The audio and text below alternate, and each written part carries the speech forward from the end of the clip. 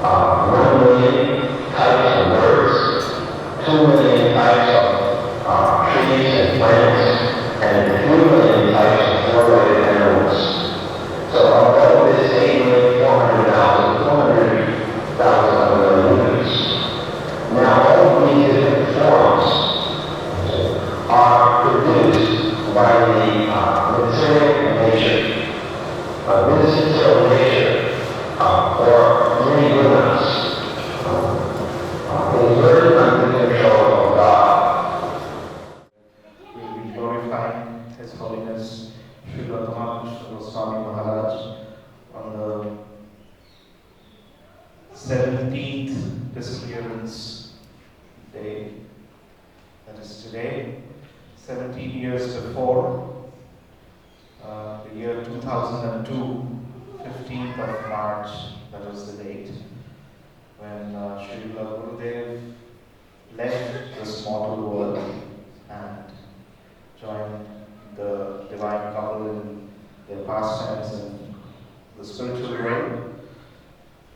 And as we all know, the day of his appearance as well as his disappearance, both glorious, when he joins the Lord in his pastimes, that is the time when we pray to him so that he remembers all of us, his devotees, his disciples, his well-wishers, his friends, so that we can also one day join him in the service of the Lord.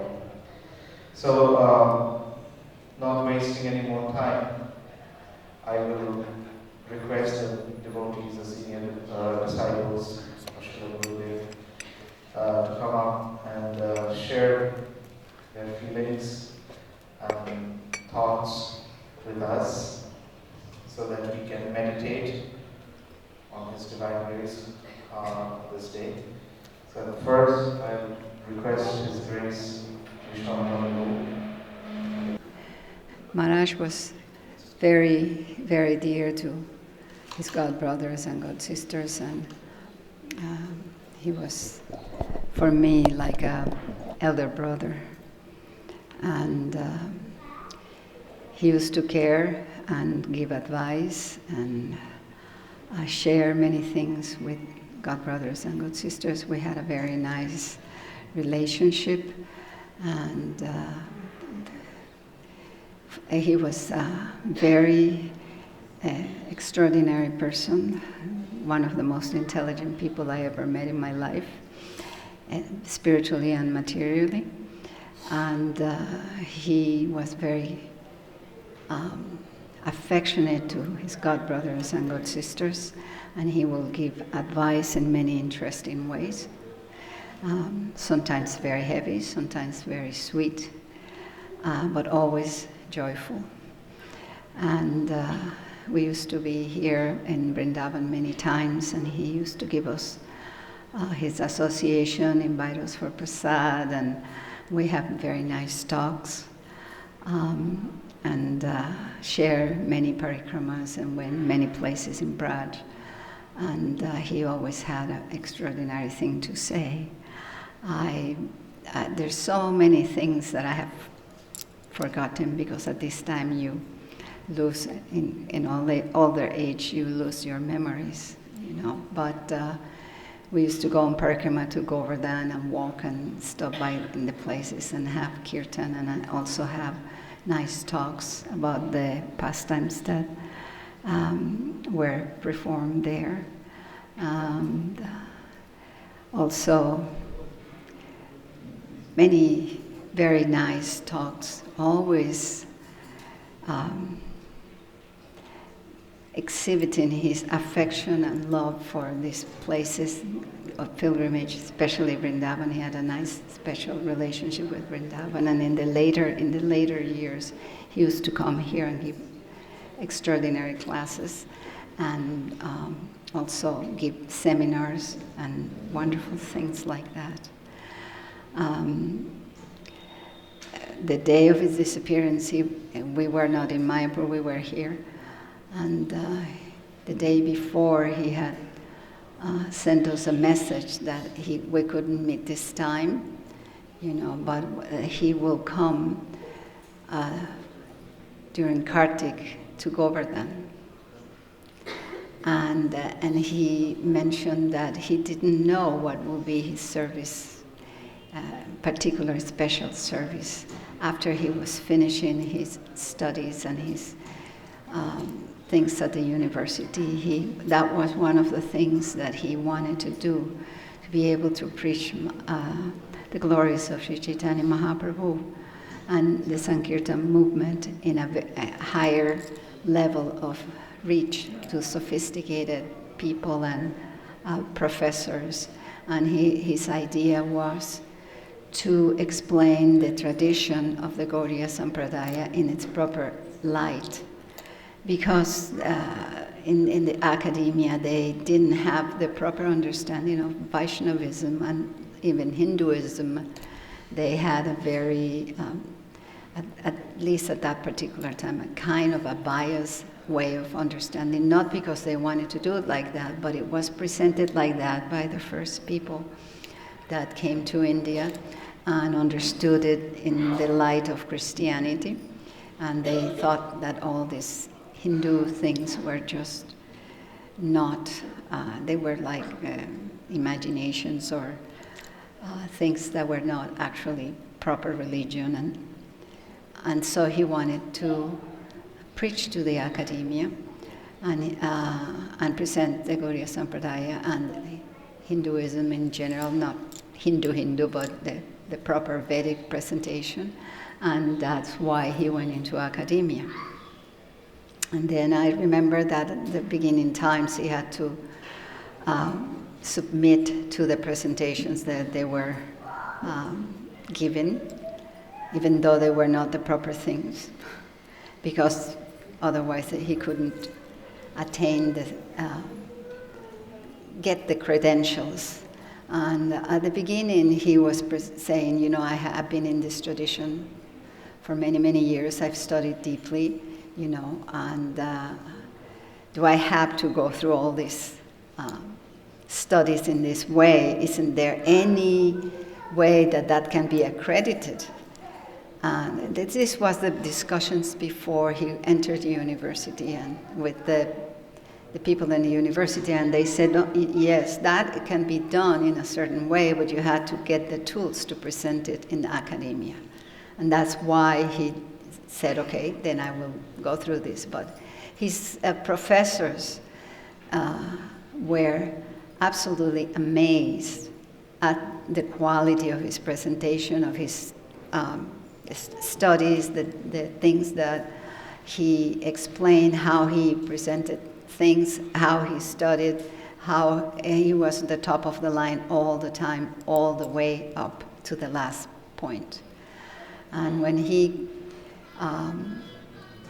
developed relationships with his teachers, and I don't remember the names of them anymore or anything, but their relationship with him was extraordinary, and they were completely amazed. And they said one of them especially said he was at the point that he was going to retire, but he said, when he came and became my student, I decided that this was the best student that I ever had, and that it was worth it to stay in the university all the way until he graduated, because this was this relationship and this kind of student was the best way of understanding what should be the relationship between a student and a teacher. So this student for me was the ideal, and I never thought I could have a student like that. This was the opinion of one of his teachers, and they all loved him.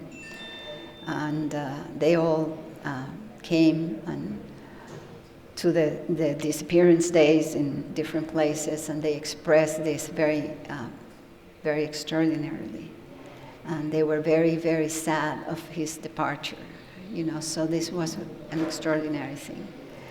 And anyway, those are the memories that I have that may not be totally known by everybody, but this is what I can offer. And please forgive my lack of remembrances in more detail. Some of them are too personal to explain in a public assembly. So when he left, the day he left, we could not believe that such a thing could happen. And it was extraordinary because he said that he will be at Govardhan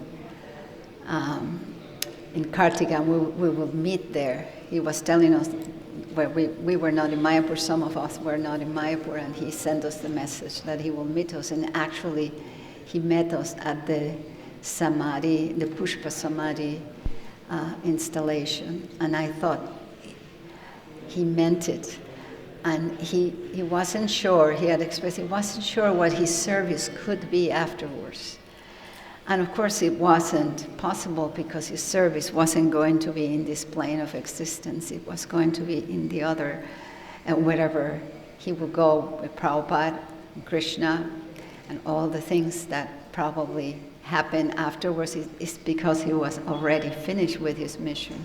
Somehow or other, he expressed it like that, and maybe he wasn't realizing that it was going to come true in a different kind of way.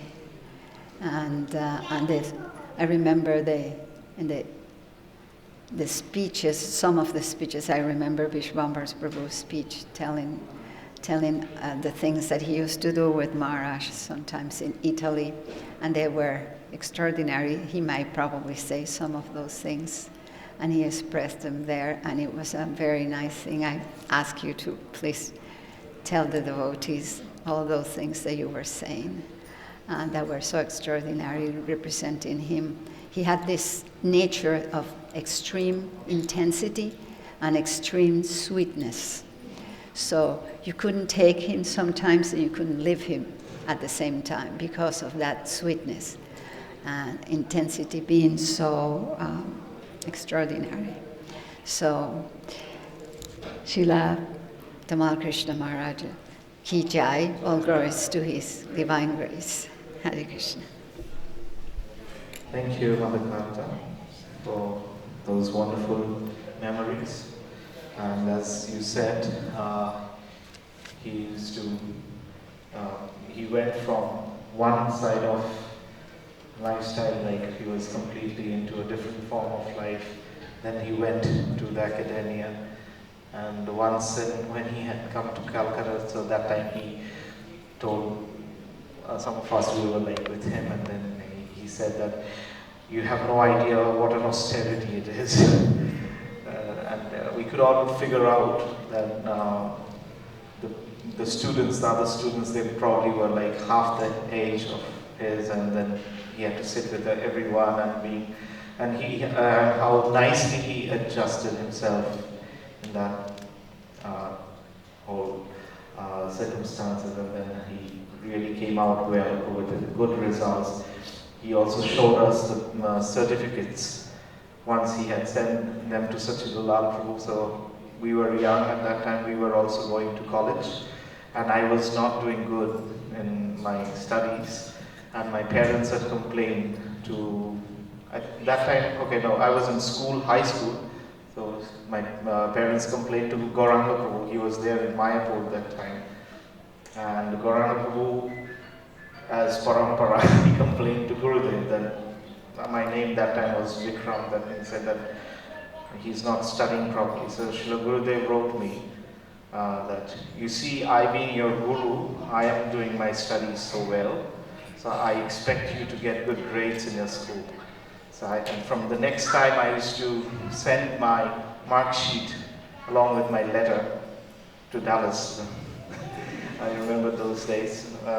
Thank you so much for making us remember those wonderful days. The next, I would request Jai Jagannatheshwari Mataji, if you can come and say a few words. Vanchakalpatarubhyascha kripa sindhubhya eva cha patitanam pavanebhyo vaishnavebhyo namo namaha. Namo Vishnu Padaya Krishna Prastaya Bhutale Shrimati Bhaktivedanta Swamini Namane. Namaste Sarasvati Devi Gauravani Pacharya Nivashesha Shunivadi Pasticha Deshatarina. Namo Vishnu Padaya Krishna Prastaya Bhutale Shrimati Tamal Krishna Goswamini Namane. So,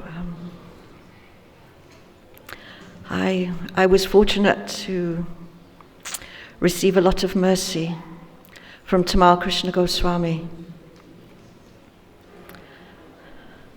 I was a little lost and abandoned in ISKCON, and by his mercy I got a very good husband who is his disciple, who's been taking care of me ever since. And I also, Tamal Krishna Goswami, I also used to call him Gurudev, because he was my Shiksha Guru. He was my big brother, my Shiksha Guru, and like a father-in-law also to me. So we had all these relationships.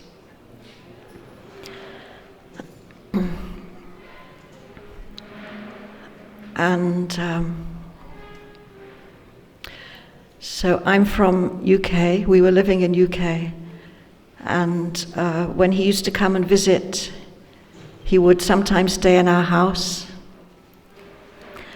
And I would cook for him. And it was like a very close family, actually. Although at the same time, he was always the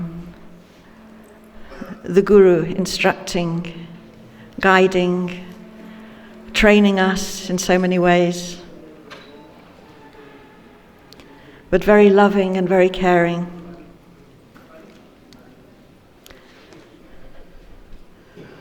And also in Vrindavan, we used to spend time with him here in Vrindavan, doing parikrama, and together with Giriraj Swami also. Those were very beautiful times. And he used to teach classes in the VIHE. Very beautiful classes. In those days, he was very deeply into. He used to like to spend a lot of time in Vrindavan. Every year, at least for 1 month, he would be here. His house here, doing parikrama, giving classes, and entering deeply into Vrindavan, Krishna's pastimes. So whatever he would do, he would go into it deeply. He was a perfectionist, you could say. So whatever he would put his mind to, he would put his whole self into it. He would put his whole life into it. He would put everything he had into it in order to attain the goal. In that way, he was very determined. As Prabhupada's right-hand man, Prabhupada used to give very difficult tasks, going back into earlier times, just remembering. Prabhupada would, if there was some very difficult task, Prabhupada would call Tamal Krishna Goswami. And like, for example, getting the land for Mayapur. And when Prabhupada wanted to start something in China, he sent Tamal Krishna Goswami. And he said, the reason I'm sending him is because he can enter fire without being burnt. So he had that determination, that courage, and that devotion. and the intelligence also to carry out very difficult tasks. And then eventually he ended up in academia. And when he entered academia, when he went back to studying, he put his whole self into that. And as Carter was saying, he was very successful. He would, every paper he would get A++. He would just get top marks in everything. He wouldn't settle for anything less than the best. He was like that in everything, even with prasadam. You know, anyone who cooked for him or who took prasadam with him will know everything had to be the best, top quality. For Prabhupada and for Krishna and for the devotees, everything had to be the best. And so when he entered academia, this was a very important service for him to enter the world of the academics with Krishna consciousness, to bring Krishna consciousness into the academic world, to actually get some respectability, some respect for Vaishnava theology, which at that time was studied, but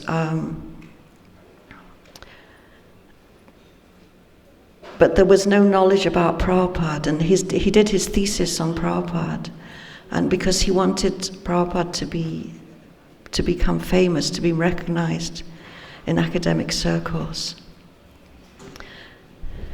So this was a very, very important service for him.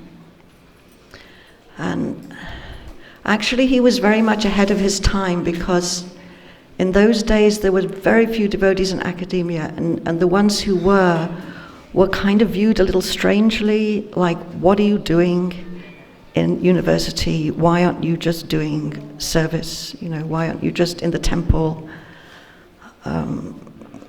It was something new and unusual.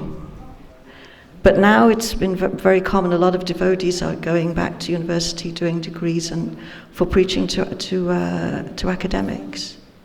So he was very much ahead of his time. And I remember at that time, actually, he wanted my husband and I to assist him when he was in Cambridge. And unfortunately, we couldn't, because of some family responsibilities, we couldn't do that. But I remember at the time not really understanding why he was doing what he was doing, and thinking that, why are you becoming a student for some professors who, you know, that you have so much more knowledge than they do in spiritual knowledge, because you're studying religion. How can you become the student of these professors who don't have the same depth of spiritual knowledge that you do? But, you know, obviously there was a very important purpose to that. But he very humbly just took that position like a student and just fitted in. And he used to, in Cambridge, he had the house done up very nicely, and he used to invite different professors to come and take prasadam. And he was cultivating them like that. And so he really made his impact on the academic world.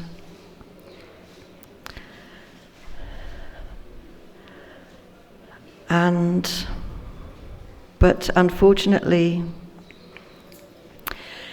very suddenly he left, which was such a shock to everyone who knew him. It was such a shock to ISKCON, because he was such a leading light in ISKCON, actually. He was respected and looked up to by so many devotees, including his god brothers, god sisters, and he was one of the very strong pillars of ISKCON. So now we have to continue to remember him, to take inspiration from him, to become strong and determined like him, or try to, although who can reach that level of determination, but we take inspiration to be able to stick with our service and to please Srila Prabhupada and to push forward this preaching mission in whichever way it will work. We have to be able to adapt, just like he adapted to the academic world. We have to be able to learn to use our intelligence, as Prabhupada wanted us to become independently thoughtful, to adapt and devise new means to preach and to spread Krishna consciousness to different types of people all over the world. So we pray for his blessings today, that we may be able to follow in his footsteps and do a little bit of service in that way. Hare Krishna. Om Ajnana-timirandhasya Jnananjana-shalakaya Chakshurunmilitam Yena Tasmai Shri Gurave Namaha Mukam Karoti Vachalam Pangum Langhayate Girim Yat Kripatamaham Bande Shri Gurum Dinataranam. First of all, I have to apologize for coming late. After everything I said yesterday about receiving guests, Krishna put me to my words this morning, so I was delayed. But it's always a happy occasion, in some sense, to be able to glorify Tamal Krishna Goswami for his incomparable achievements and contributions to this International Society for Krishna Consciousness. At the same time, it's a little bit painful because we miss him more and more every time. Someone said that if you look into any of the successful institutions within ISKCON, the projects that ISKCON has now solidified, and the places where ISKCON is thriving, and the very character of our society, you will generally find some connection to Tamal Krishna Goswami, if you know the history. The great shame is that not enough people know that history. And it seems to me that in some sense, he has not been adequately appreciated. It may be that there are no more than 100 people here today. That's proof of what I'm saying. But I remember when he left this world, my overwhelming impression at that time, and I maintain the same impression today, is that he himself alone was practically speaking about 3/4 of ISKCON, because his stamp on our society is unmistakable for those who knew him. And even more directly, those projects, as I said, that are still here today and that have been put in place by him, were started by him. And through his amazing determination, the word determination is something that we often hear in glorification of Tamal Krishna Goswami. He personified Vyavasayatmika Buddhi, which Krishna mentions in Bhagavad-Gita. Ekeha Kurunanda, Ekagrachitta Buddhi. He had intelligence that was capable of, like the sun's rays, put it this way, the sun's rays are dissipated throughout the sky. Everywhere, everyone is taking benefit from the sun's rays. We meditate on that 3 times a day, if we're twice initiated. But when you take a magnifying glass and collect those dissipated rays into one spot and focus it in the right place, then you can burn down half of the state of California, for example. Every summer it happens. So he was like that. He had such determination and power through his determination that he did not fail at anything that he attempted. Anything that he put his mind to, it was an astonishing success. Mataji just just mentioned his academic success. He was very, very popular among the academics.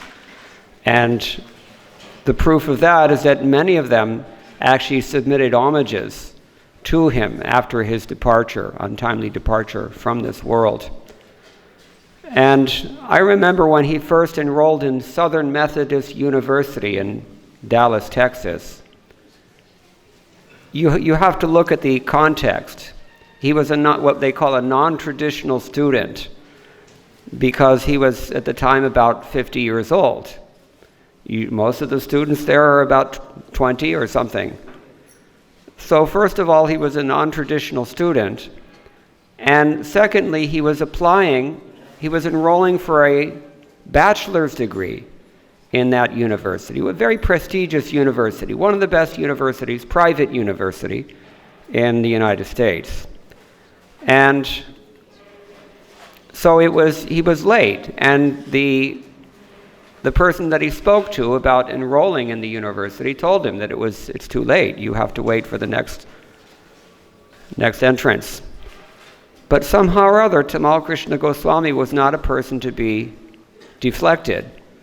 And somehow or other, by the time he was done talking with the chair of the Department of Religious Studies to which he was applying, not only was he enrolled in the university, even though it technically was against the rules, and even though he was a non-traditional student, being a fully grown adult, but he made such a deep impression on Dr. Lonnie Cleaver, who was the chair of that department, that not only was he enrolled, but he also was given his own office in the Department of Religious Studies.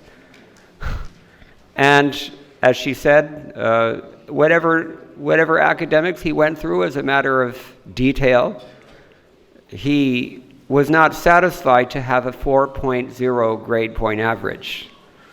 4.0 grade point average means 100%. He felt that was a failure. That was his nature. Anyway, whatever he put his attention to, it could not stand within the domain of Maya. And he was exceedingly capable of converting people to Krishna consciousness. That opulence he displayed during the Radha Damodar traveling Sankirtan party, which I was fortunate to be a member of when I was only very young. So, to give an example of his determination in that realm, once they were holding kirtan on the campus of a university in North America, somewhere in North America, and the university authorities came out and told them that you're not allowed to do this here. You cannot proselytize here amongst our students. You can, and then when Tamal Krishna Goswami countered that this is public property, so actually we do have a legal right to be here. So then the university people said, you can be here, you can hold this program, but you can only speak to your own members, you can only preach to your own people. You cannot preach to outside people. So Tamal Krishna Goswami, he sent one of the brahmacharis across the street to the university bookstore, told him to buy a pen and paper, notepad, and to come back. He wrote down, I am a member of the International Society of Krishna Consciousness, and I'm taking part in this program of my own free volition. And then he numbered as many lines as there were on the paper, and anybody would come to them, he would have them sign it.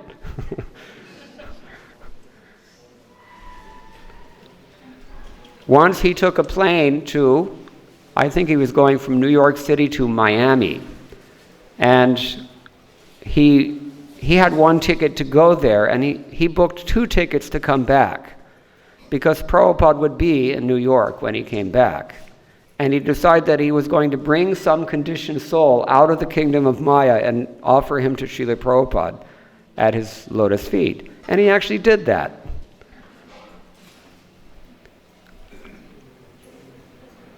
No one could withstand his one-on-one preaching. Within about 2 minutes, maybe 3, he could understand just by focusing his considerable intelligence upon any given individual. He could understand everything about that person. As Krishna describes in Bhagavad-Gita chapter 6, text 32, the person who has Empathy is the person who I consider to be the best of all yogis. See, he had that. He could understand what are this person's doubts, what are his attachments, what kind of background is he coming from, how intelligent is he, what is the depth of his faith, how sincere is he, what does he want, how can he be engaged, everything he could understand just within a few minutes. He had this ability. And when you mix the kind of intense determination that we've already heard about, along with this clear vision, utter competence, and futuristic, I want to say that he was always able to see not only the current situation very accurately, but he was also able to see the future situation. He was not a kind of person who would only make one plan. He had plan A, plan B, and plan C. And he always was able to see. He had a vision, he had a clear vision, he had great competence to fulfill that vision, and he had the ability to look ahead. He came to Dallas, Texas in about 1979. And he had a vision based on an instruction that Srila Prabhupada gave him in 1976, that he wanted to create a very successful restaurant in the temple, because he had the vision to see with Americans, especially with Texans, you have to have a restaurant, otherwise nobody's going to come. So he figured out how to do that. He motivated so many devotees to do that because of his example. He gave so much of himself, and he worked so tremendously hard for Srila Prabhupada. And as I said already, he had a very clear vision, he had the competence to fulfill that vision, and he was able to see how it would be received. So that inspired many, many people. And with their help, he created what is 30 years later still regularly voted as the best vegetarian restaurant in North America. But he's giving people prasadam. And he invited so many people. In the beginning, he had media blitz campaign. He invited so many civic leaders, government leaders, clergymen, leading prominent citizens of Dallas, Texas, to the restaurant, and many of them actually have, in one way or another, become devotees. So he had this kind of vision. Prabhupada told him in 1976, from now on, don't open any more temples, just focus on restaurants. And Prabhupada also wanted what he called reading rooms, like in America we have that, what is that? Christian Science reading rooms they have. So Prabhupada wanted that, and he didn't neglect that instruction. Any instruction that Prabhupada gave him, it was as good as done. That was his determination, because he wanted to get Prabhupada's confidence. He wanted to get Prabhupada's trust. He wanted to get Prabhupada's mercy.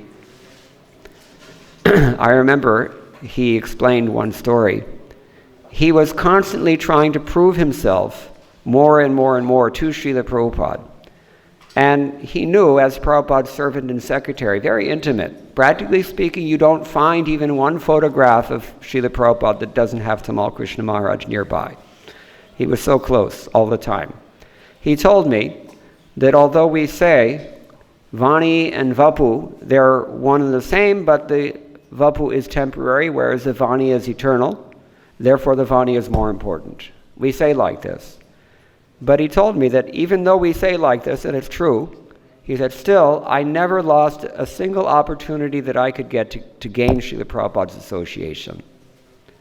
So by dint of that very close association, he was very perfectly trained by Prabhupada, but he saw that Srila Prabhupada had one key to his almari, and Prabhupada never let that key out to anyone.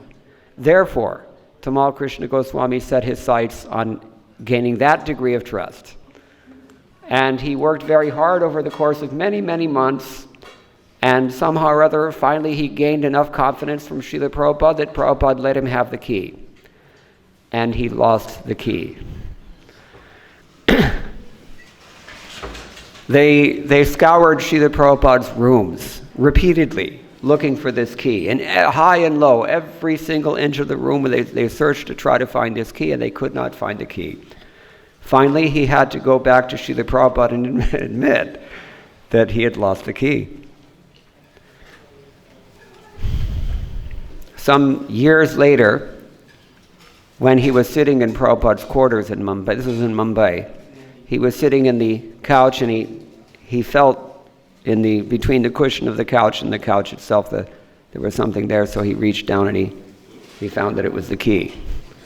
They had looked in this place for many, many, many times at that time. It was just maybe Krishna's arrangement, who can say. But he had this eagerness. He was the personification again of not only this determination, but he had such a strong taste for pleasing his spiritual master. Shri Guru Charane Rati Eshe Uttamagati. This was him. Whatever, to the person who has a taste for serving the spiritual master, that is the supreme perfection, and that was him. He personified. I say this all the time because it cannot be said enough, I think. He personified what is the final word of the Shvetashvatara Upanishad, which is Yasya Deve Parabhaktir Yatha Deve Tatha Guru. The person who has that kind of faith, equal faith in Krishna and in his spiritual master, that person realizes all the imports of the Vedic literatures. And he did. He had an uncanny depth of realization that was nonetheless expressed in such simple terms that anybody could understand it. And he had the empathy to understand how to state it to any particular individual. He was so good in this way. So, what can we say? I mean, there's so much. I mean, I had so many experiences with him that I could share as well. I know that for those who had his association closely, after maybe 2 or 3 decades, if we're ordinary people, then we realize that the way that he dealt with us was actually only intended to train us in a certain way. But he didn't do so by giving direct instructions all the time, although he was certainly able to do that. One reporter described him as imperious. He was not afraid to take the role of an authority and to push on people. He was quite capable of doing that, quite willing to do that also. But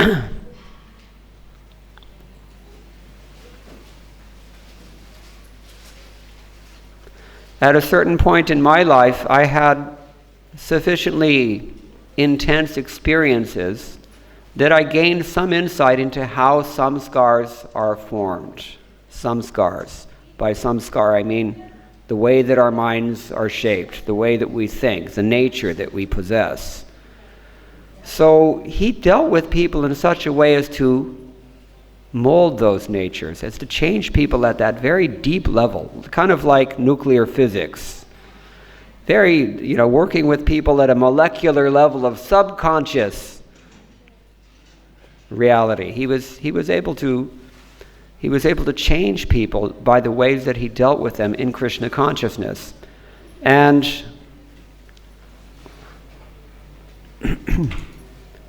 really that's what a spiritual master should do. But he had such a dominant personality, I mean to say, that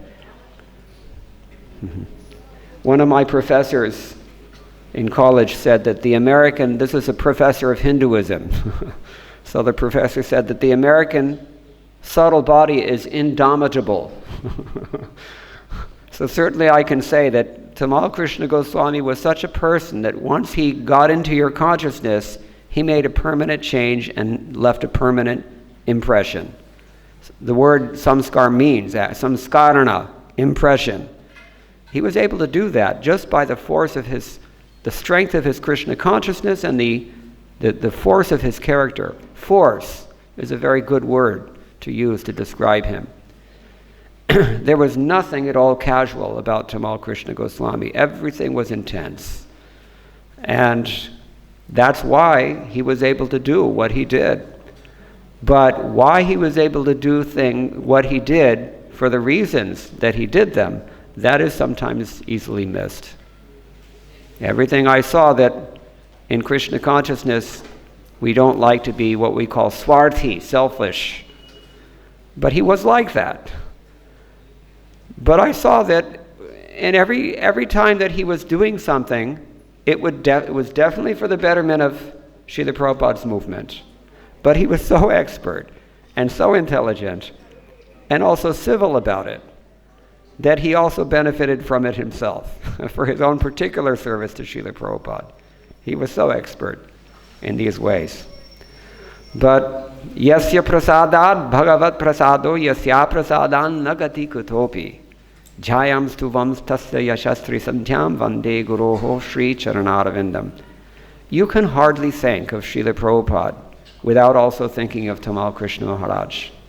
And many devotees, I'm thinking of Ratadwaja Maharaj in particular, one American sannyasi.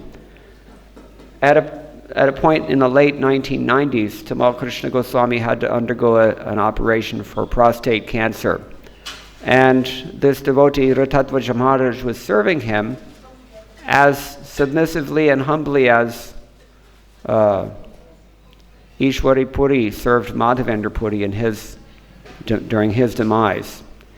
Ratadwaja Maharaj was staying in the same hospital room as Tamal Krishna Goswami, but he wasn't enrolled in the hospital as a patient.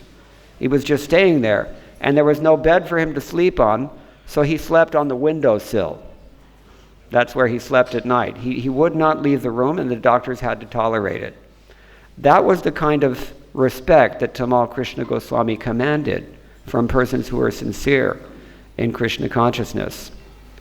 So he made one very nice observation about Tamal Krishna Maharaj. He said, when Maharaj came home from the hospital, he was still somewhat invalid. He had to convalesce for some period. So he stayed with him at that time as well. And he said it just astonished him because he experienced, daily he experienced that Tamal Krishna Maharaj's phone was constantly ringing off the hook all day long, every day. And because Maharaj was still indisposed, he had to take care of those things. He had to answer the phone and see what it was. And he said that every day Tamal Krishna Goswami was getting phone calls from this guru on the other side of the world, or that GBC over here, or this senior leader of our movement over there. And every time they're asking him, what was Prabhupada's policy on such and such a situation? What would Prabhupada do in this or that circumstance? How would Prabhupada deal with so-and-so as an individual? Because of his long, close association with Srila Prabhupada, and because of the very careful training that Srila Prabhupada deliberately gave to him, Tamal Krishna Goswami alone, in all the movement, practically speaking, only he knew the answers to all of these questions all the time. That's one of the most powerful things about him. He was like a extension of Srila Prabhupada. In fact, I remember in 1976 and 1977, it's a fact that Srila Prabhupada was, as he became more and more indisposed, the entire movement was in fact actually being run, practically speaking, by Tamal Krishna Goswami. And Srila Prabhupada once in Mayapur, they were walking along the roof, and Prabhupada told him one day that actually there has to be one man who is perfect. One man, at least one man should be there who knows everything. And Tamal Krishna Maharaj asked Srila Prabhupada, isn't that why you created the GBC? And Srila Prabhupada said, yes. Still, there must be one man who is perfect. So in my opinion, for what it's worth, I think it will be respected here this morning, that was him.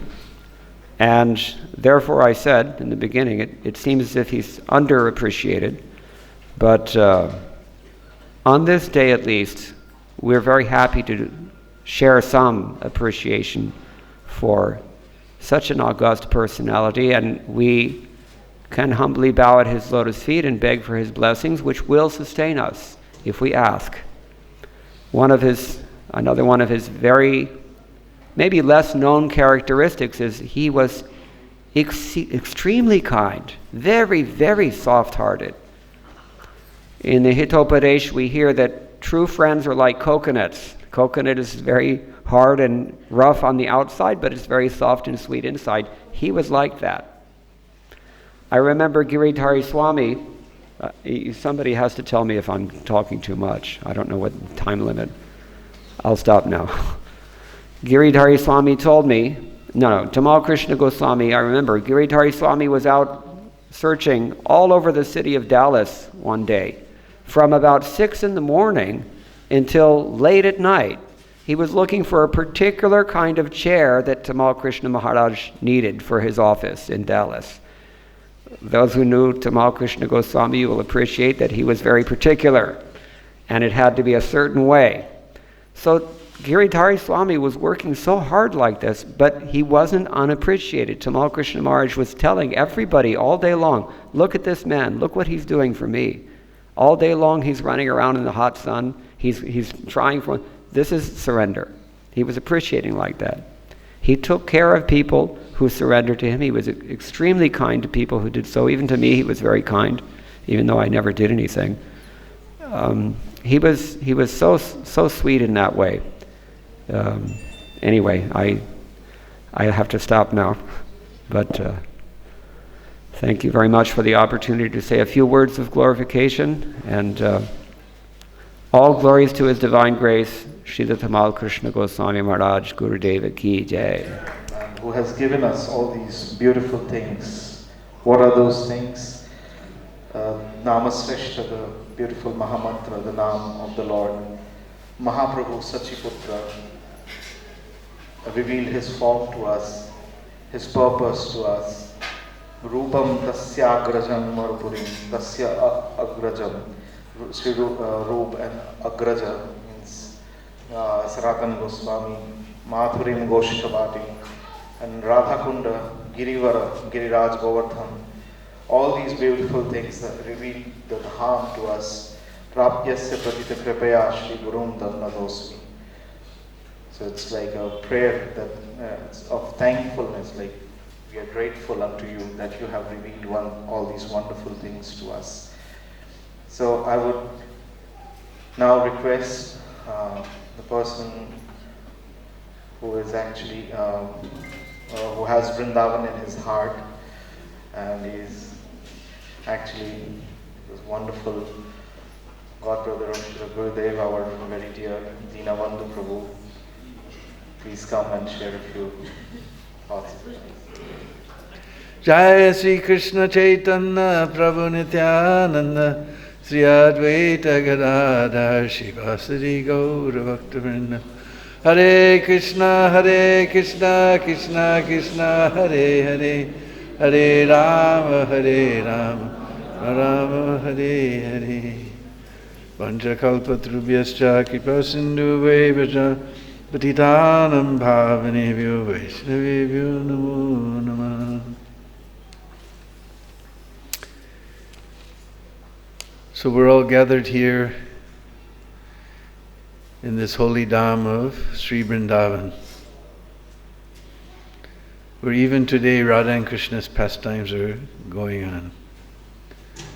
And in that Vrindavan, we're sitting in an area called Ramanreti, the enjoyable sands where Krishna and Balaram used to sport. In that Ramanreti, we're sitting in the Balaram Hall, which is part of the Krishna Balaram temple that was established by Srila Prabhupada. And it's the first day of the bright half of the month of Falgun, that wonderful month that our Lord Chaitanya decided to appear in. And in this day, 17 years ago, one of the great generals in Srila Prabhupada's, the commander-in-chief of Prabhupada's army, left us in the holy dham of Sri Mayapur. Somehow I was one of the temple presidents in one of the few temples that was, when the Radha Damodar party was at its peak, they were always welcome in Portland, Oregon. We know that eventually somehow or other it came to a big crisis.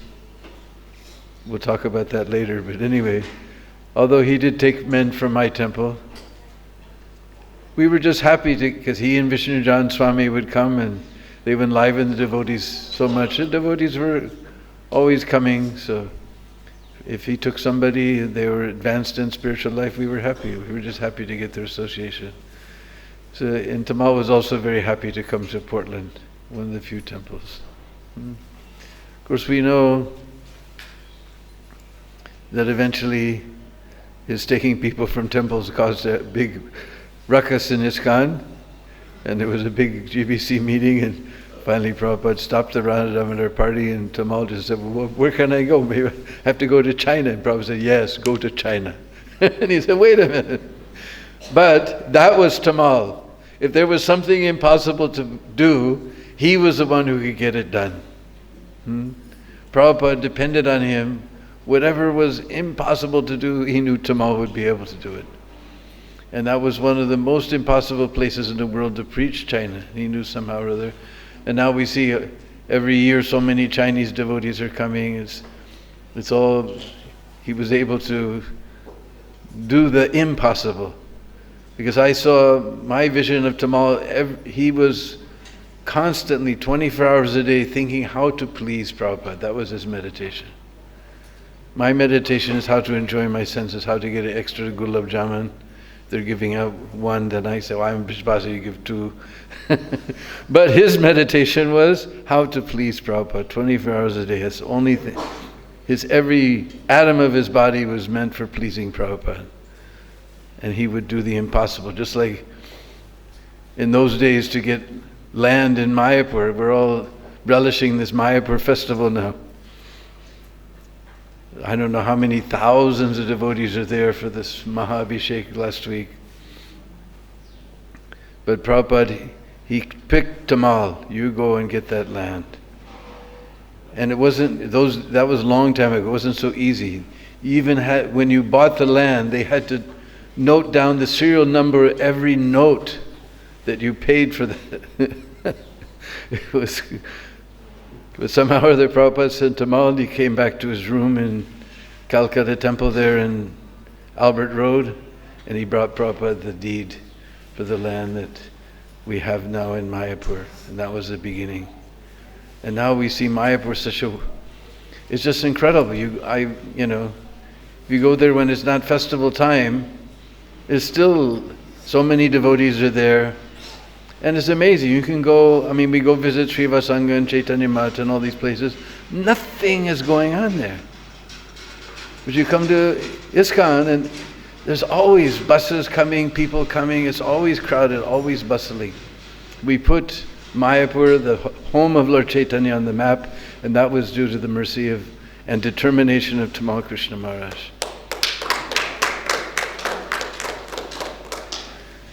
So, and it's true, on the outside he was somewhat hard, but that was only because he desired to have the best for Prabhupada. He wasn't satisfied just, whatever. He had to have the best for Prabhupada, so he was always very staunch to get the best. And he was training others. He would be very hard, but ultimately, especially in the later days, he was very sweet. I remember that 17 years ago when I met him, he was so sweet when he saw me. He loved me so much. And he was so sweet to me. And I was thinking, I've never seen such sweetness in him. As he got older, he got so sweet. And it's just, I can't believe that we lost him. I can't believe it's 17 years. It seems like it was just yesterday that we were there in Mayapur and we got this terrible news.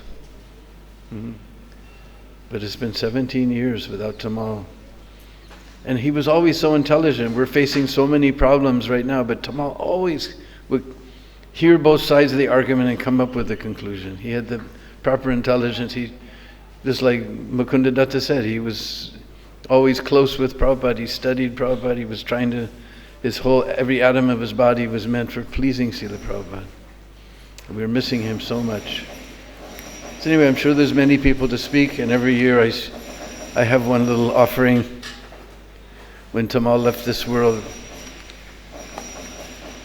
I wrote a little thing that the devotees relish, so again this year I will also read my little offering to Tamal Krishna Maharaj.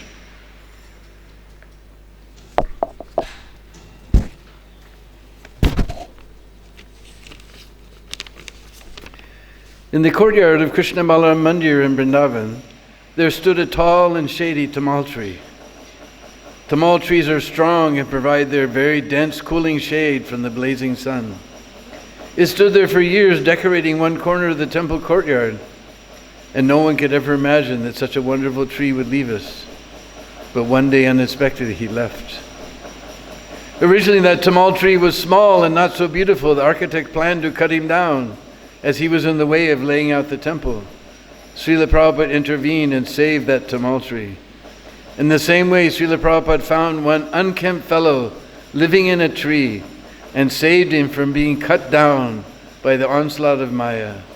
Just as Prabhupada had protected the tamal in the courtyard, tree in the courtyard, and it grew into a lovely tree loved by all, Prabhupada protected this tamal, and he grew into a wonderful devotee respected by all. Tamal trees are very strong and can weather all types of difficult conditions. So our tamal was very strong, and Srila Prabhupada used his services in the most difficult situation. The tamal tree is famous for its dense, very dense foliage. Our tamal was in the same way filled with unlimited amounts of knowledge of Krishna. Those dense leaves of the tamal tree provide pleasing shade for all from the hot summer sun. So Tamal, filled with devotion for Srila Prabhupada, gave soothing shelter to many, many souls from the blazing sun of material existence. The wood of the tamal tree is extremely hard and difficult to cut, but the leaves of the tamal tree are especially smooth and soft. Krishna's soft fingers are called palav, which means newly grown leaves. Once I showed the newly grown leaves of the tamal tree to Umapati Swami. He remarked that in the very old days in 26 2nd Avenue, Srila Prabhupada had to show them how to put on tilak. His soft, delicate fingers running up their foreheads felt just like this tamal leaf. Our tamal was also extremely firm in his service to Srila Prabhupada and was very stern in keeping others in Prabhupada's line. Still, he was very soft and caring for all the devotees around him. In the beginning of the hot season, the tamal tree becomes filled with thousands and thousands of small, yellowish white bell-shaped flowers that exude a subtly sweet perfume. Especially early in the morning, you will find hundreds of humming bees attracted by that scent, bumbling here and there, extracting the nectar from those fragrant flowers. When the breeze blows, you can catch the fragrance even in the Gurukul building. Our tamal tree scented the world with the sweet fragrance of Radha and Krishna's pastimes and the glory of Vrindavan. I'll add something here, because this morning there was a Puspanjali at his house. There's a beautiful picture of him sitting in Govindakund at Govardhan, with Govardhan in the background. And I was thinking that I never met anyone, any devotee, who loved Vrindavan more than me. It was Tamal Krishna Maharaj. And when he spoke about Vrindavan, I'm just a parrot, I just repeat, but have no realization. But when he spoke, it was with realization of Vrindavan.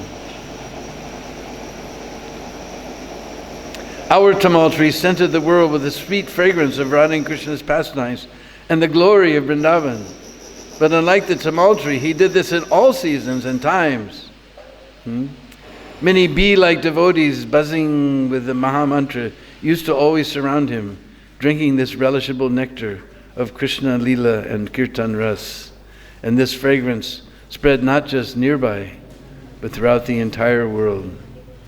No one imagined our beautiful stout tamal tree would leave us so soon, but one day he fell to the ground and was gone. No one could imagine that our tamal would leave us so soon, but one day he left us in the holy dham, was gone. And now we sit here and weep with only memories of our tamals to keep us alive.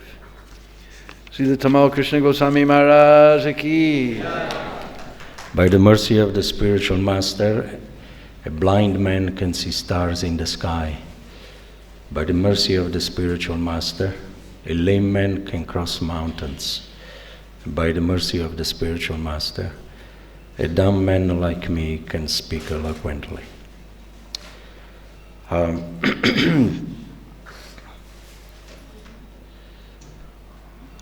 It's always a bit difficult to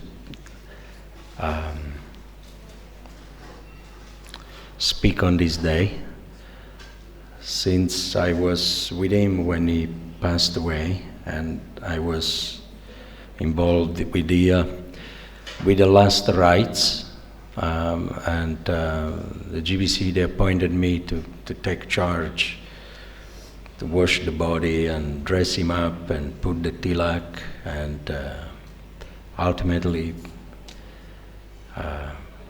putting him in the samadhi. But nevertheless, I would like to remember some good times. He had a great sense of humor. The most serious devotee I've ever seen in my life, the most kind, the greatest sense of humor, great heart, like Mukund Datta Prabhu said. I climbed down. I had the opportunity to climb down into his heart, but I couldn't see the bottom of it. Very profound person. His quality, they were quite, how do you say, akunda medase. There is a verse in the Bhagavatam. This term means one can never check the quality of the mind of the spiritual master.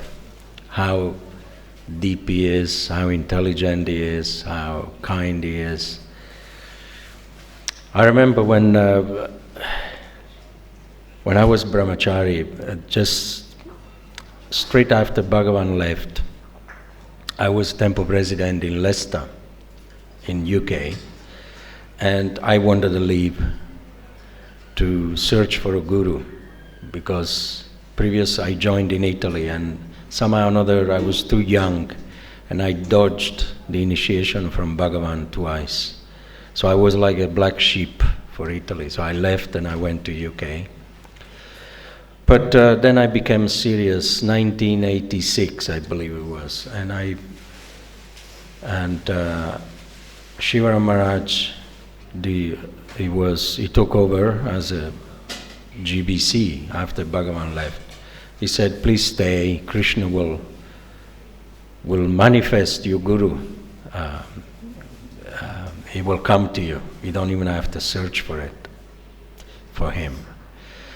So I was persuaded to stay, and then I saw, that's why I remembered of this pastime. I saw that somebody, a friend brought me a tape, God's Demigods of Reincarnation, and I watched it. And immediately was love at first sight.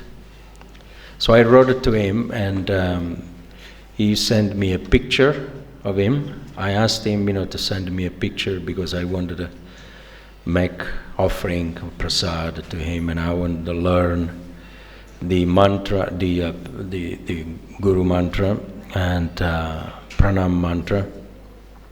So he sent it to me, and we had that relationship, writing to each other. I have quite a lot of letters from him, and in those days there were no communication on emails and Skype or WhatsApp, things like that. So he didn't know how I looked like, but I knew how you looked like, because he sent me a picture, and I wanted to ask him for initiation. So I was an aspiring disciple, his first European disciple. And then I invited him to come to UK, and he came for Rath Yatra. And I remember they picked him up from the airport, and it was about maybe 50-meter distance from here and the door. And he came out of the car, and there was a group, maybe 80, 90 brahmacharis we were all there, and Tamal Krishna Maharaj is coming, one of the 11 guru. Everyone was excited. First time after 10 years, because last time he came to UK was when Mukundadat Prabhu was saying, when he accompanied Srila Prabhupada in 1977 for his operation. Because in those days, in the 80s, there was zonal acharya. The acharya, they wouldn't go in somebody else's area. But because Bhagavan was left, so I invited him to come. He came, and as soon as he came out of the car, and he moved his his hands, like that. And then a group of brahmachari, they were going towards him, and he said no. And he stopped them, and then he moved his finger. And then another 2 brahmachari, they said, you want me to? And he said no. Then there was next to me, then he came closer, and he looked. Next to me there was another brahmachari friend of mine, and he was moving forward, Sachinandana. And he said no. And then he called me, and then I moved forward, and he smiled, and I moved towards him, and I offered obeisances, and he said, you are Raphael, who's been writing to me? I said, how do you know? You don't know how I look like. I never send you a picture. And then he said, the father, he always recognized his son. That was the very first meeting with my spiritual master. And then he invited me to come to Mayapur. I got initiated there, and I was his servant for 2.5 months. I remember he had a cold and he was quite sick, and he gave me the cold as well. I also became sick, and we were both sick. I said, what should I do? Do you want someone healthy to serve? He said, no. He said, misery is like company. So he wanted me to carry on serving him. And he took such a good care of me that he treated me just like a newborn baby. I remember a night he was coughing and I was coughing. He was sneezing, and sometimes I would sneeze. So that I have to say that I was a little bit cold because of the cold that I had, some cold, heavy cold we had. And but I didn't want to ask him, I didn't want to bother him for a blanket or anything. He was sleeping in his room and I was in the living room. And then all of a sudden in the night, I saw this blanket coming on me. And he came and he put a blanket on me. He could understand, the need of a devotee, of his disciple. And it was a very intimate moment, because I could see that, I could feel, this is my father, my original father, more than my biological father. And it was at that time when he trained me to from the ABC, and he started when he was having a meeting with some of the GBC members, and he asked me to bring some water. So I filled up a cup and I brought some water for the guest, and he said, stop. He said, go back, throw away this water, and then you come back with a new glass of water. So I looked at the water, I said, but it's clean, I got it from the drinking pot.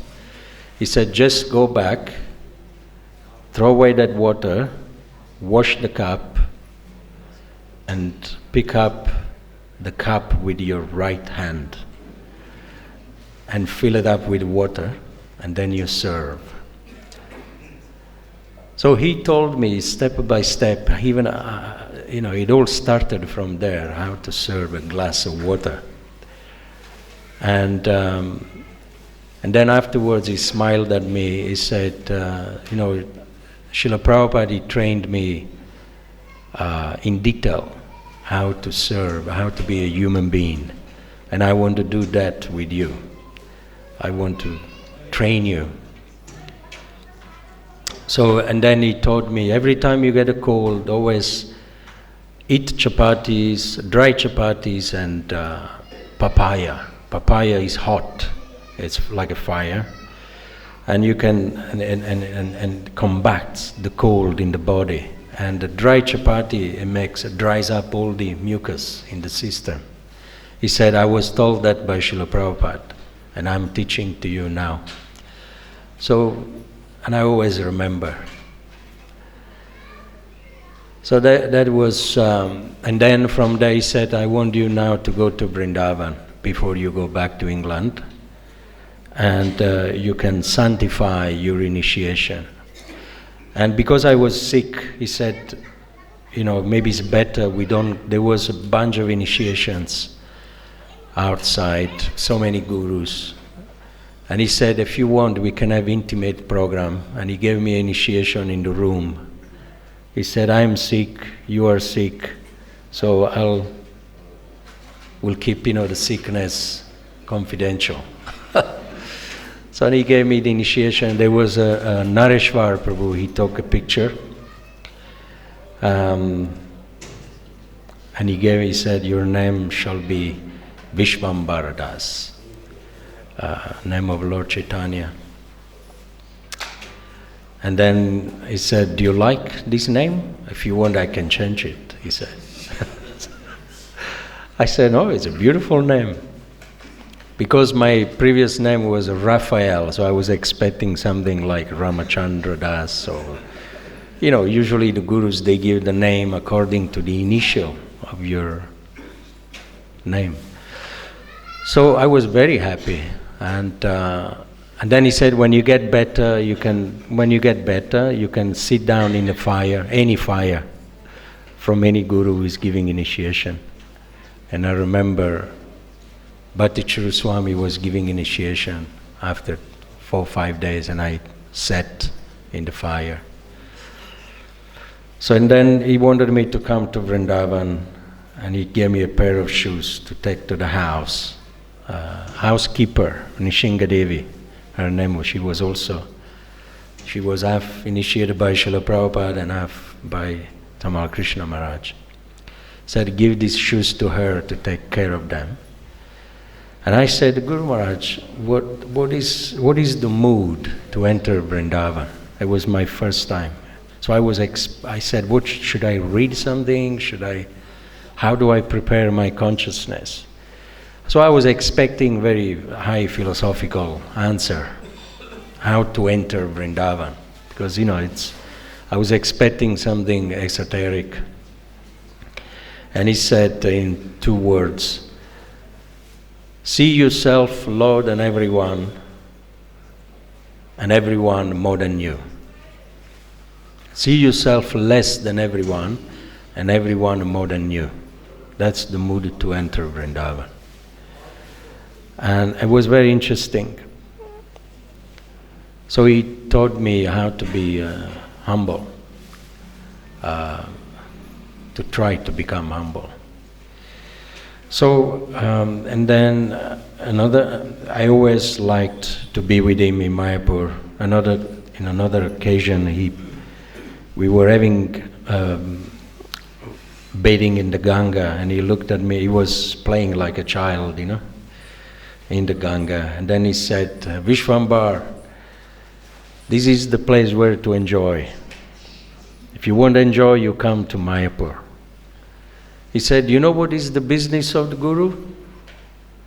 I said, no, I to teach the Shastra. He said, the business of the Guru is very simple, is to teach the disciple how to enjoy properly. It's wonderful. He said, Prabhupada has taught me how to enjoy, and I'm enjoying.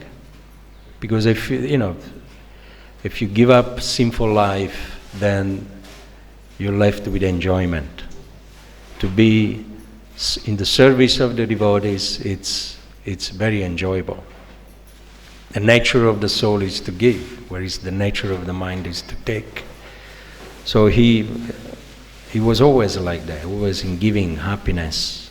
And somebody was mentioning, how humble he was. Yes, he was recognized by his teachers for being very, very humble. Because he was trained to be humble, disciplined, respectful. Some people, they may looked at him like the great master, one of these big zonal acharya in ISKCON, the right-hand man of Prabhupada.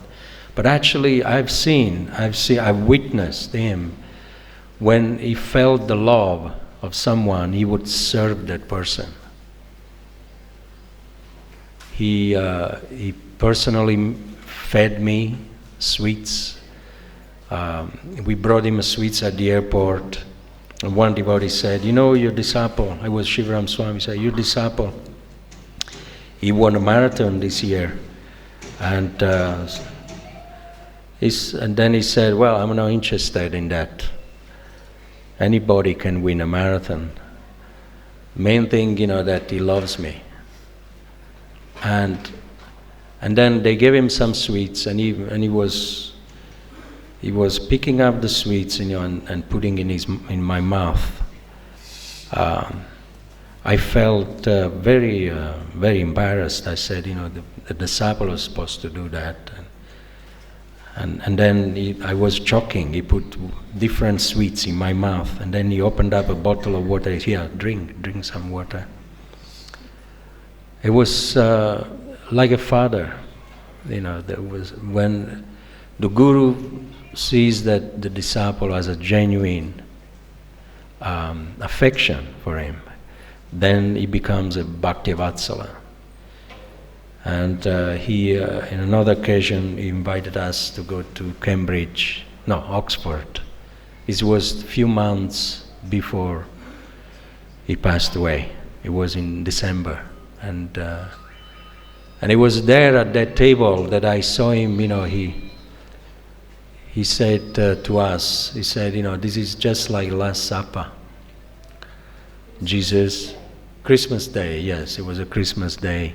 My wife made some preparations, and he said, I want to spend Christmas with you and your family, because he knew that I was brought up in a Catholic monastery, and often he'd say, the Catholic monks, usually they have a good heart. And I accepted you as my disciple because you have a good heart. And then at the table, I felt, I said, I'm not doing much service for the institution and for you.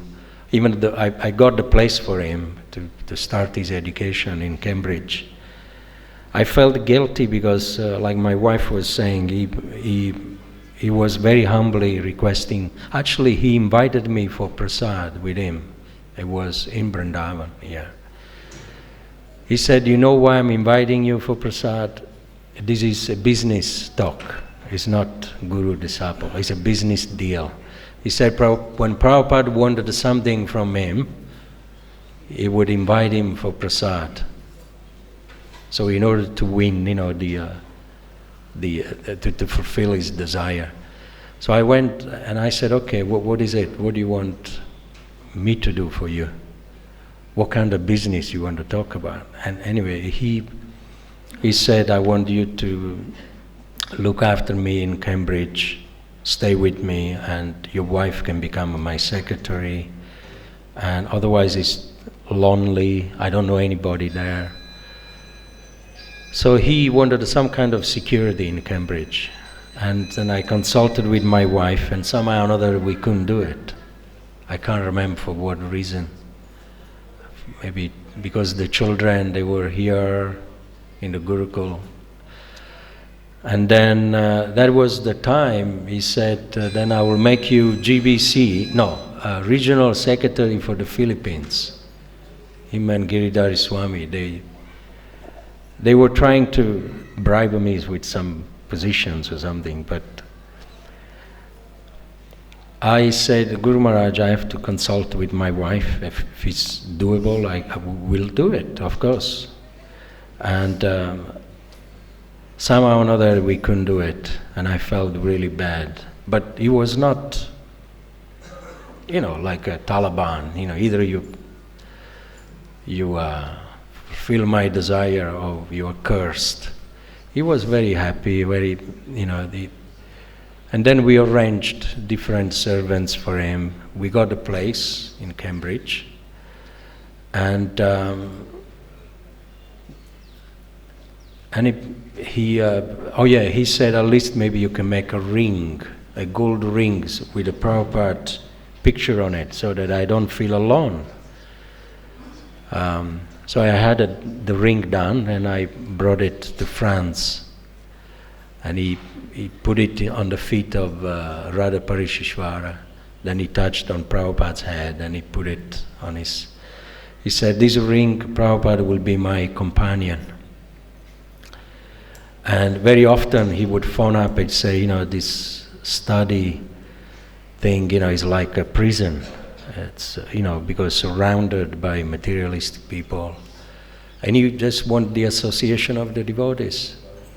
And that was any time we would go and visit him, he would be jubilant. It was like, like an hungry man who is very, thirsty and hungry, and he would eat that association he would so much relish that association of anybody who would go and see him. He was like dependent on the mercy of the devotee. That was the time when he took off his suit as a general, the great general of ISKCON. And he was, like himself, as you could say sometimes an Uttama Adhikari. He's just very spontaneous, loving, and he was hardly chastising anybody, and he was aloof from management, and he was absorbed in his study. And then after that December, we came to Mayapur, and I was there with him. And I was in the room with him the day before he passed away. He said, tomorrow I'm going home. And I said, since when England has become your home? Actually, it was quite unusual, because every time he would pack his bags, probably Mukunda Datta Prabhu, that he always liked to be on his own. He didn't like anybody around. But that evening was quite unusual, because I've been his servant in so many occasions, and he always kept me outside the door to not allow anyone in. So he was packing and very relaxed, like a boy, who is on the boarding school, packing and smiling and talking to me. There was another devotee, God brother, present there, the temple president of Padova, Prabhupada Desh, Guru Charan. And he was just there, listening to all the rasa going on. And then he had this bundle of rupees, and he threw them on my lap. He said, "What am I going to do with this?" And I said, "Yeah, you're right. You can't take rupees out of India." And he said, "Well, I don't need this money anymore." And then he threw it on the bed. I said, "Well, you can use it when you come back. Or if you want, we can change it." And he was smiling. It was like he was in a so relaxed mood. I never saw him so peaceful. Usually when he used to pack his bags, it was always intense, very intense. And then he said, I want you to do a personal favor for me. I want you to go to the Ganga and bathe in the Ganga, pay the last respect to Mother Ganga on my behalf. Now, formerly, when he would come to Mayapur, he would do that himself many times, but on that evening, so I did that for him. Oh yes, I remember in December when we were to his house, I felt bad because I said I'm not doing any service at the moment. I was just doing some business. He said, don't worry, very soon you will perform a very intimate service. You remember? Soon you will perform some intimate service for me. And I realized this statement when he passed away in Mayapur. It was so difficult, to wash his body, to dress him up, to close his eyes at the end. And it was myself and my god brother, Gaura Narayana Maharaj. And that was the intimate service, I suspect, we perform for the Guru. And it was so mystical, the whole thing. There was not a scratch on his body. The only thing was from the autopsy, that they had to open him up a little bit on the head, on the chest. A little bit, yeah. But he had a little smirk, a little smile on his face, right? It was almost like he had his eyes like Lord Jagannath, wide open, very beautiful. It was almost like, looking at his god brothers. There was about 80, 90 sannyasis in the room. They were all looking at him. It was like, when a child says, da da da da da, I'm gone and you are still here. He was very, that cheeky smile, he had on his face. Then Jayapataka Swami tried to close his eyes, you remember? They wouldn't close. They would keep open, and they had these smiling eyes. And then after dressing him up, we took him to around the temple, Radhamadava temple. We put him on the altar, and all 4,000 devotees, they all came and offered flowers and obeisances. All the main sannyasis of ISKCON, god brothers, god sisters.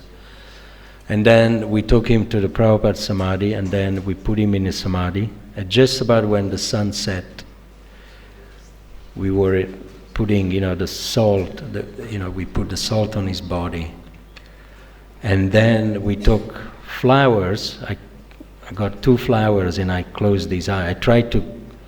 I said maybe I should just put them on his eyes so that the salt, it wouldn't go in his eyes. But I just gently, with the flowers, closed his eyes and they remained closed. And that's when he saw because Shiva Maharaj was saying that he wanted to just have a darshan of his god brothers and all the devotees. And when the sun set, then that's when we covered his face and we put him in the Samadhi, and he went. That night, I remember Radhanath Swami, he spent 4 hours comforting me. I didn't know what to do. I was supposed to come back to England on that day, but I think I postponed my ticket. I didn't know, I had no idea what to do. Then Dhananjaya Prabhu called me to come to Vrindavan, and I spent a few days here in Vrindavan to compose myself, to find myself again. And that's the episode.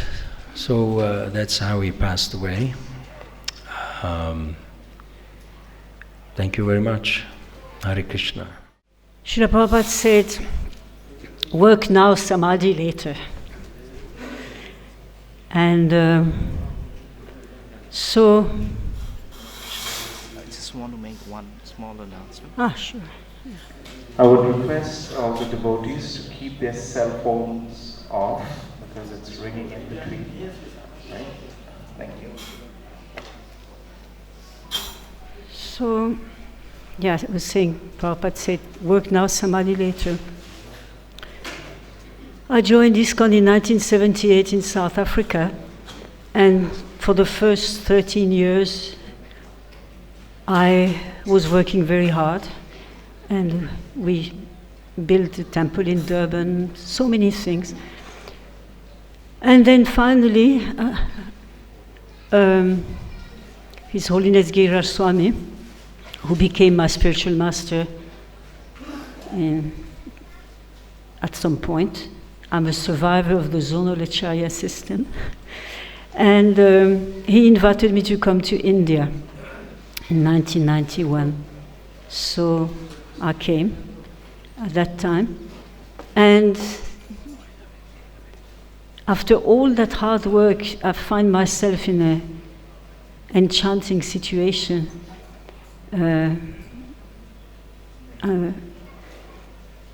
met Srila Tamal Krishna Goswami at that time in Vrindavan, and in Bombay also. I was in Bombay for the first 6 years. And it was really wonderful to, after just working, collecting money, doing all these things, suddenly it was Krishna Katha all the time. It, as some devotees have said, we went on so many parikramas, and there were so many wonderful seminars and wonderful association of local devotees also. And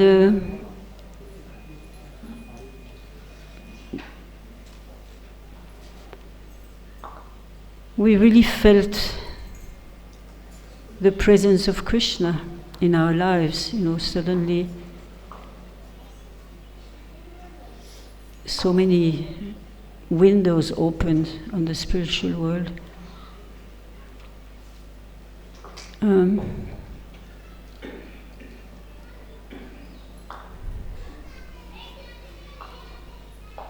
Anyway, I don't have much to say.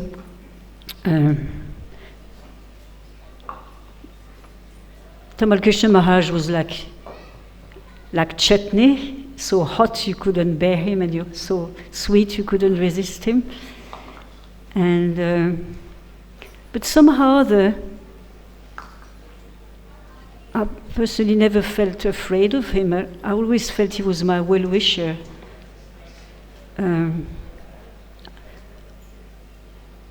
I never really had much, didn't really do any service for him. But I was my Guru Maharaj's secretary at that time, so I had access to some things. But one interesting little story was that when Tamal Krishna Maharaj and Giriraj Maharaj were together in Vrindavan, they always had lunch together. And usually they would cook the lunch at Giriraj Maharaj's place, and then it would be taken to Tamal Krishna Maharaj's house, and then they would have lunch together. So 2 of my god sisters were cooking. I think one of them is here. Anyway, and then 2 of them were cooking, and the younger one was very overpowering type of person. And somehow they started fighting in the kitchen. And finally, the older one ended up walking off. And anyway, the lunch got cooked somehow. And the servant took it to Tamal Krishna Maharaj's house and started serving. So when Tamal Krishna Maharaj put the first morsel in his mouth, he spat it out. And he said, "What kind of consciousness is this?" Amazing.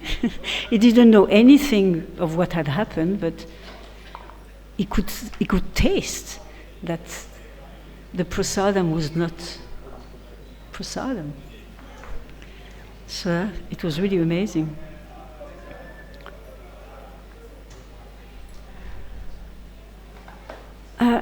There was something else I wanted to say, but I forgot because I'm in the senile state of existence. Coming that way.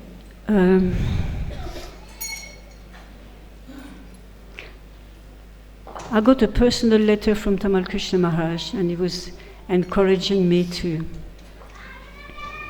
keep going so that I can go back to Godhead with my Guru Maharaj and him. And so on this auspicious day, I prayed to him that please keep my determination steady so that I can reach the place where you have gone and engage in your service and the service of your servants and your my Guru Maharaj and Srila Prabhupada eternally. Hare Krishna. Om Ajnanathmirandhasya Jnananjana-Salakaya Chakshurunmilitam Yena Tasmai Shri Gurave Namah.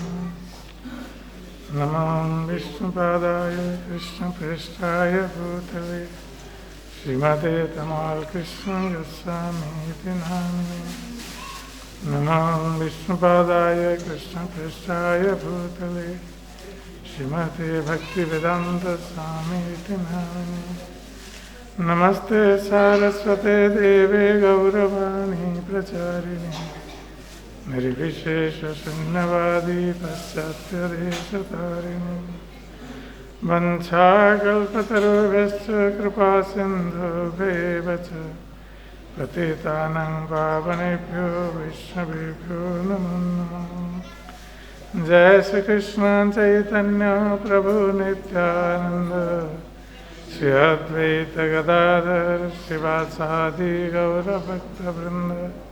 Hare Krishna, Krishna Krishna, Hare Hare, Hare Rama, Rama Rama, Hare Hare.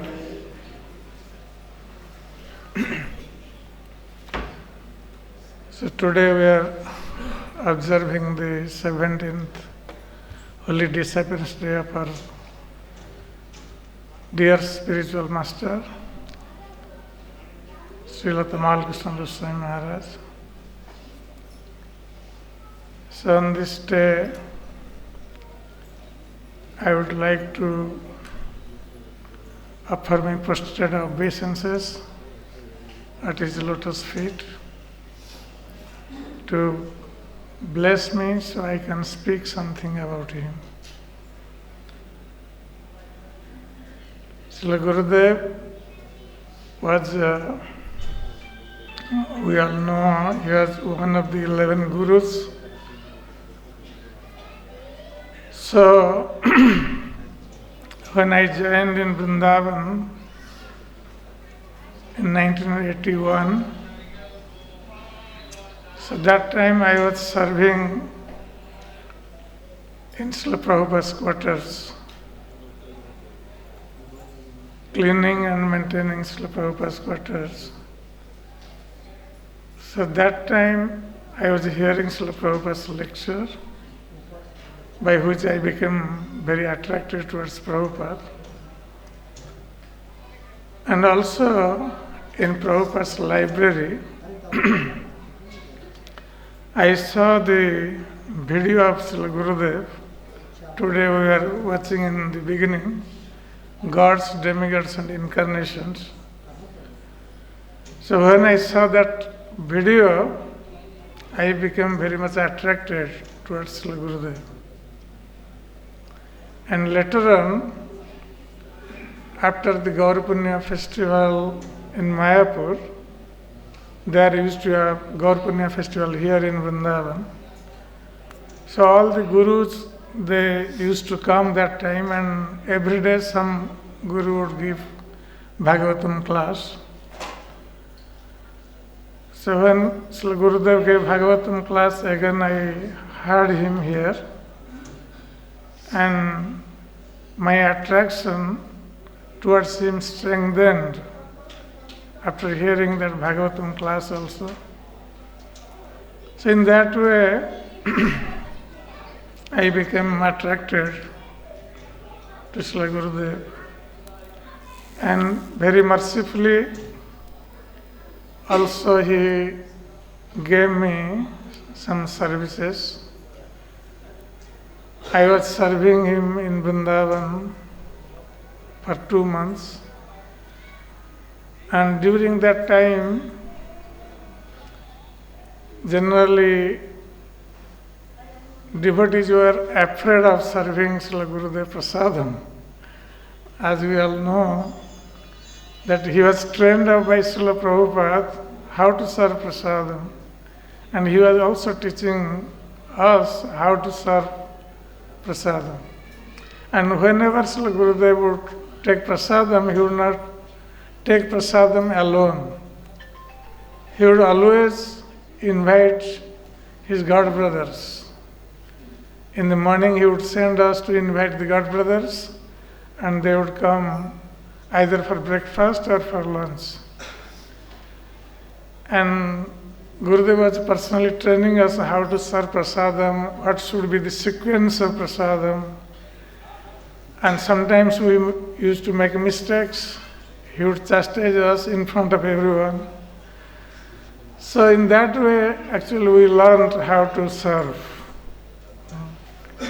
One time I was serving Srila Gurudev Prasadam here in Vrindavan. And there was some mistake made by me, so he chastised me in front of everyone. So after that, then Gurudev went to his room, and then the servants used to take prasadam. So that day, I had some stomach problem, so I did not eat anything.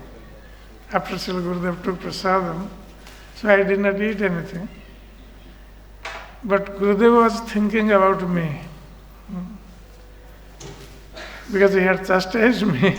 So he was thinking about me, and he was asking other devotees that did Gauranaran take prasadam? So the other devotee said, no, he has not taken. Then immediately Gurudev called me to his room. Then he asked me that, why did you not take prasadam today? Then I said that, Gurudev, I have some stomach problem, so I did not take. So then he was pacified. He understood that I have some problem with the stomach, so I did not take. But he was thinking maybe he chastised me, so that's why I did not take prasadam. So then he was pacified. That means how he was thinking about the disciples. And even if he was chastising us to teach, train us how to serve prasadam properly, but still he was thinking about our feelings, and he was always trying to pacify us. In that way, we will actually enhance our love for him. So another time, Srila Gurudev was supposed to go to Mayapur. So before Gurudev was supposed to go to Mayapur, I had to go before him, and I had to prepare his room in Mayapur. So I went to his room here in Vrindavan and asked his permission to go to Mayapur so I can go there in advance and prepare his room. So when I went to him, then I paid my obeisances, and I told Srila Gurudev that, Srila Gurudev, during my service, in these days I have committed so many offenses at your lotus feet. So please forgive me. So Srila Gurudev immediately told me that you cannot make any offenses. If by chastising you I have committed any offense, please forgive me. So this was the heart of Srila Gurudev. He was so soft within that he was even begging forgiveness from the disciple. So tears came from my eyes hearing Gurudev's words, that he was so humble. And then he explained to me. He said, you know why am I chastising you? I want to sharpen your intelligence, by which you can serve Sri Radha and Krishna in a perfect way in the spiritual world. So that is the training Srila Gurudev was giving us. Even if chastising is not a very good thing for the Guru, but it is the duty of the Guru to chastise the disciples, train him up so he can be perfect in Radha Krishna service. And he was doing that Guru's job, hard job. But he was very, very soft within his heart. And that loving exchange of Srila Gurudev was always visible in his behavior. Another time, in Mayapur, when he went to Mayapur from Vrindavan, so there I was preparing his bed at night. So then after preparing his bed, then I asked Gurudev if the window was open. So I asked Gurudev, should I close the window or keep it open? Gurudev said, I don't know. Then I understood that he wants to test my intelligence. So then what I did, I just closed the window because that was festival time. So Mayapur was hot in the daytime and night time it was little cold. So I closed the window and just kept little bit open so air could come. So then I left the room. Then I thought if something would happen at night, Gurudev would feel uncomfortable. Then next day he would tell me. But next day when I went to his room, Gurudev didn't mention anything about that. Then I thought, oh, it was all right. So I did the same thing throughout his stay. And then same time, in another day, because I was preparing his bed and also putting the mosquito net. So that day when I went to prepare his bed and mosquito net,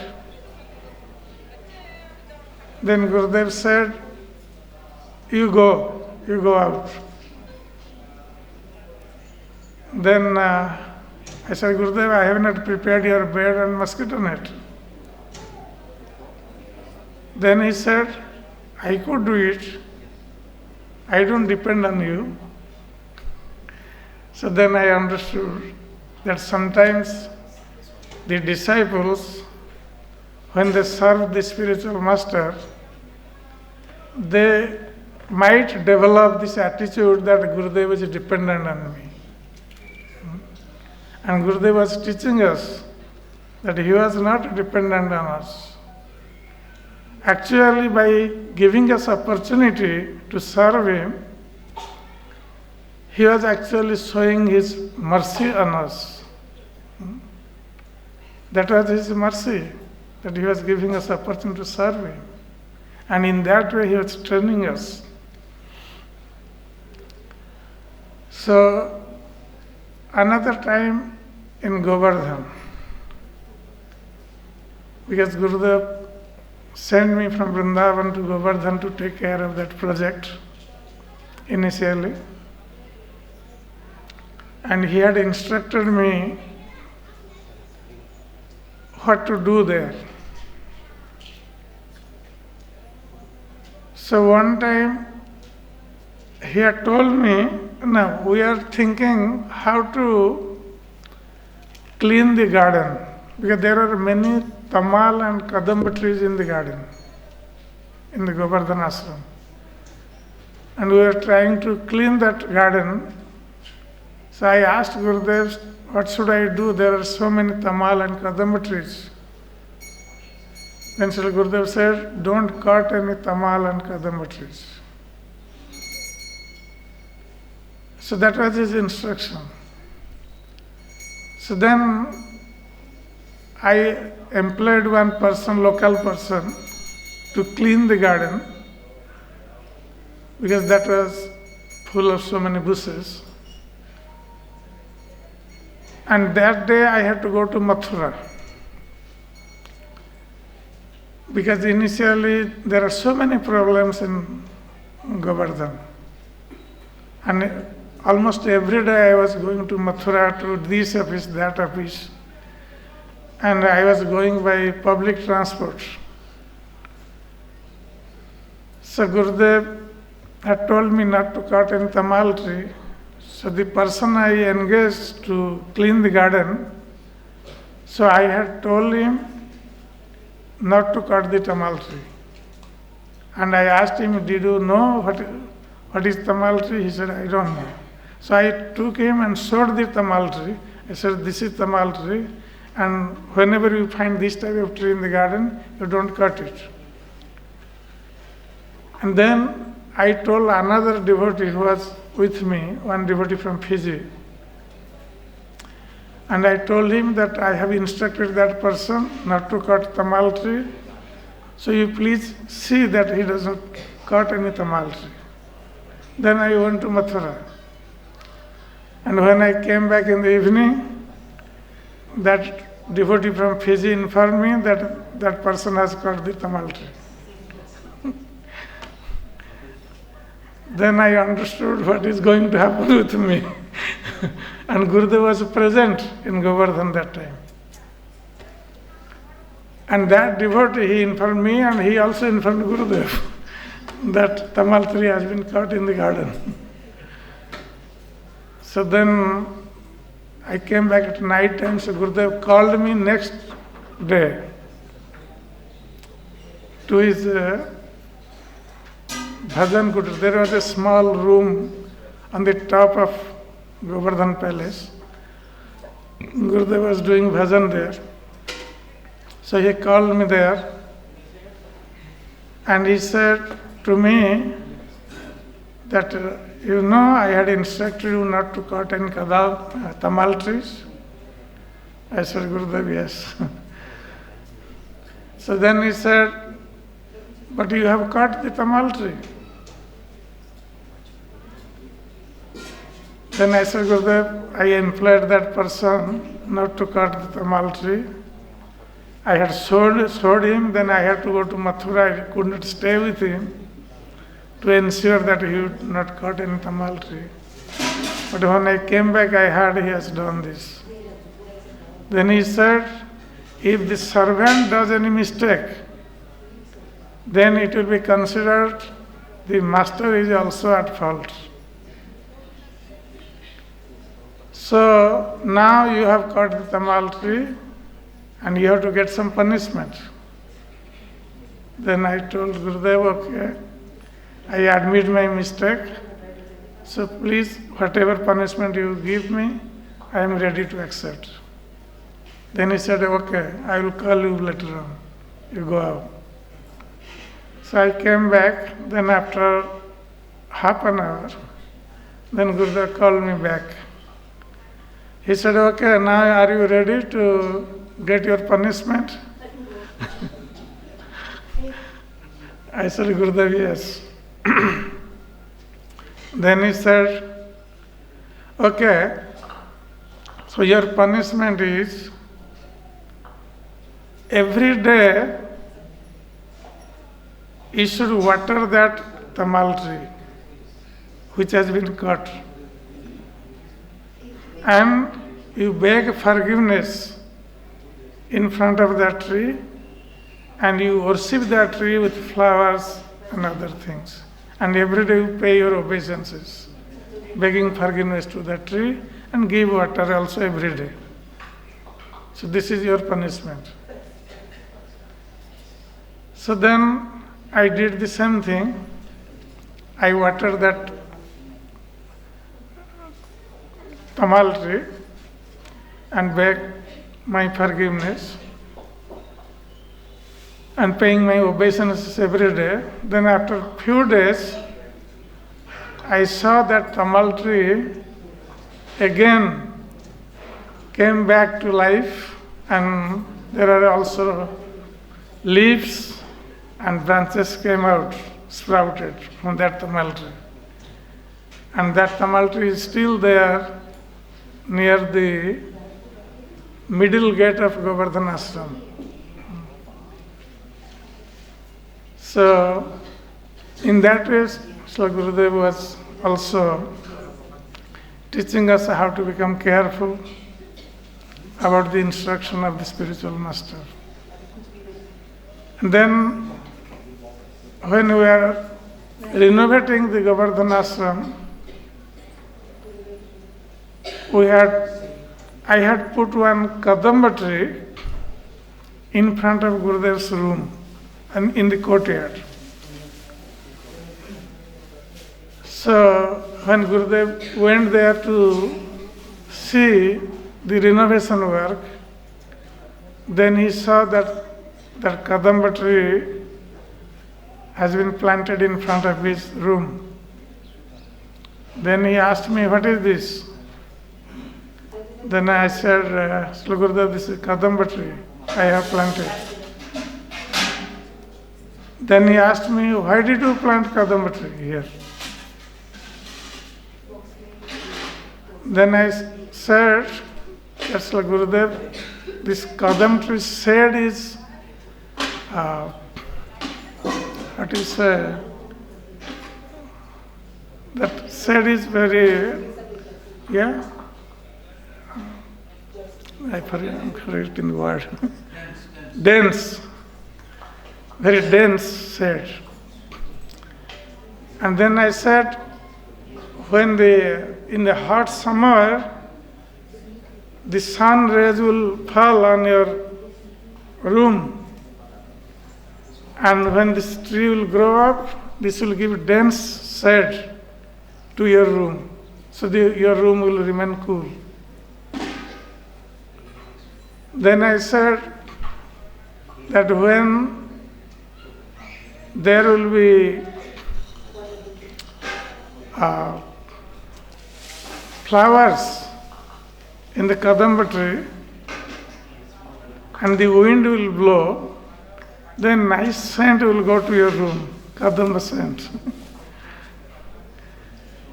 And then third reason I gave him, I said that kadamba tree has a resemblance of Srimati Radharani's color. And when Krishna would see kadamba trees, he would remember Srimati Radharani. Like Srimati Radharani would remember Krishna seeing the tamal tree. So I told Sri Gurudev that whenever you see this kadamba tree, you would remember Srimati Radharani.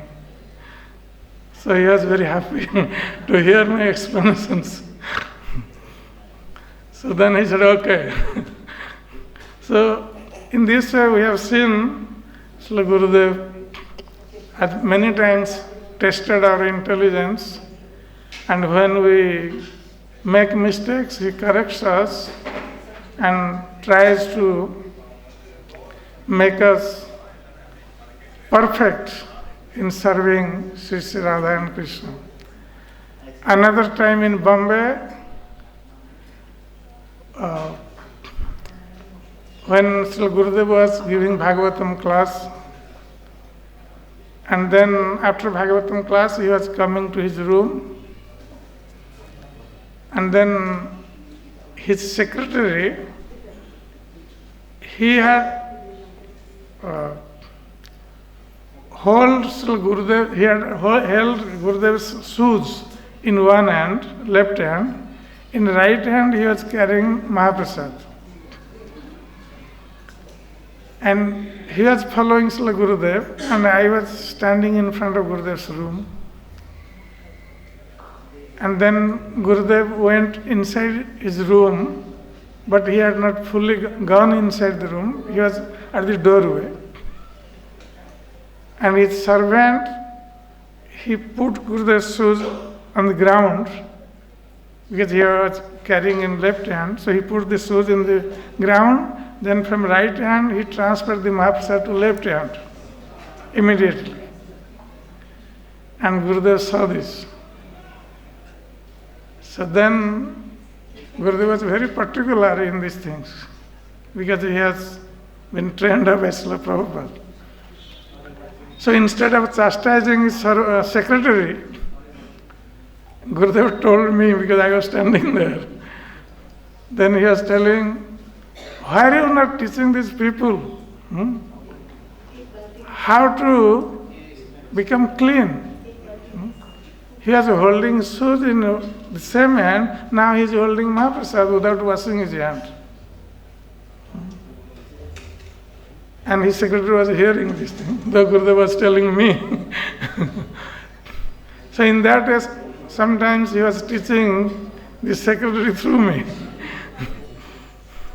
So in this way, Srila Gurudev had so many different pastimes, and he was always like Mukundatta Prabhu said, that he was always thinking of Vrindavan. Also Dinavan Prabhu said also.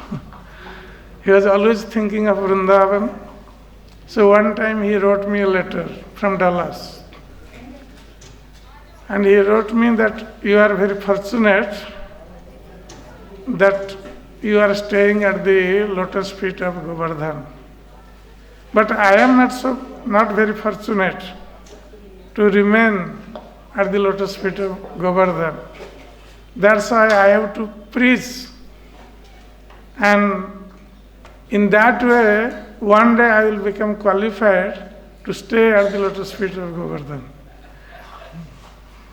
So when I got that letter, then I wrote back to Srila Gurudev that Srila Gurudev, I have no qualification to stay at the lotus feet of Govardhan. It was only your mercy that you have given me this service, so I could stay at the lotus feet of Govardhan. But you are the most qualified person to be at the lotus feet of Govardhan. So when Gurudev used to come to Govardhan, so one time, that time Govardhan ashram was not renovated, and Gurudev had purchased a scooter for me because I was going in public transport, so he told me to purchase a scooter. So we had only one vehicle, one scooter at Govardhan ashram. And after morning breakfast, Gurudev told me to take him to that place, Rasasthali. Raghav Pandit's cave is there. So he told me to take him to Rasasthali. So Gurudev sat in scooter back, I was driving. So when we went to Rasasthali, then Gurudev said, now you can go back to ashram. Then I asked Gurudev, how you will come back? Because he wanted to do bhajan there at Rasasthali. And he was alone. So he said, you don't worry for me, I will come back. So then I came back to Govardhan Ashram. But I was worried that how Gurudev would come back. It is so far from the ashram. Then I was waiting. Up to 1 o'clock, I left Gurudev around 9:30, 10 o'clock there. And he was doing bhajan at Rasasthali, alone.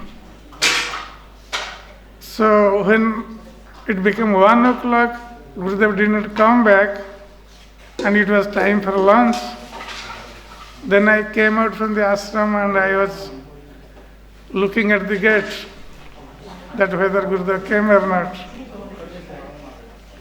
Then to my surprise, I saw that one tractor was coming, and Gurudev was riding on tractor's back, like the local Brajvasis, they travel. He was holding the tractor back and he was riding. And when he got down from the tractor, and when he saw me, he smiled at me. So then he came back. And another time also, because when he used to go to Govardhan from Vrindavan, we used to arrange a taxi for him. And then when he used to come back from Govardhan, then again we used to arrange a taxi. But one time he told me, you don't arrange any taxi. Then I asked Gurudev, how will go back? Then he said, I'll go by this tempo, public transport. And that time this tempo, if you sit inside the tempo, they will put like, for 2 persons, they will put 3, 4. Like that they carry people. And your whole face will be black. Because this black smoke would come out, would be coming out from the temple. That was the condition that time for the public transport. So we are traveling with that, but Gurudev said, I will also travel with that. And one time he came by tempo to Mathura and then to Vrindavan. So he wanted to actually become like a Brajavasi, like all the Brajavasis they do. They have a simple life and they have so much devotion towards Krishna. So he wanted to give up all these external things and to become a simple Brajavasi. That was his mood. So anyway, now our time is over. Now we have time for Pushpanjali and Arati. So I will stop here. Jai Srila Tamal Krishna Goswami Maharaj ki. Jai Srila Tamal Krishna Goswami Srila Gurudev Srila Tirobhav Tithi Mahamahotsav ki.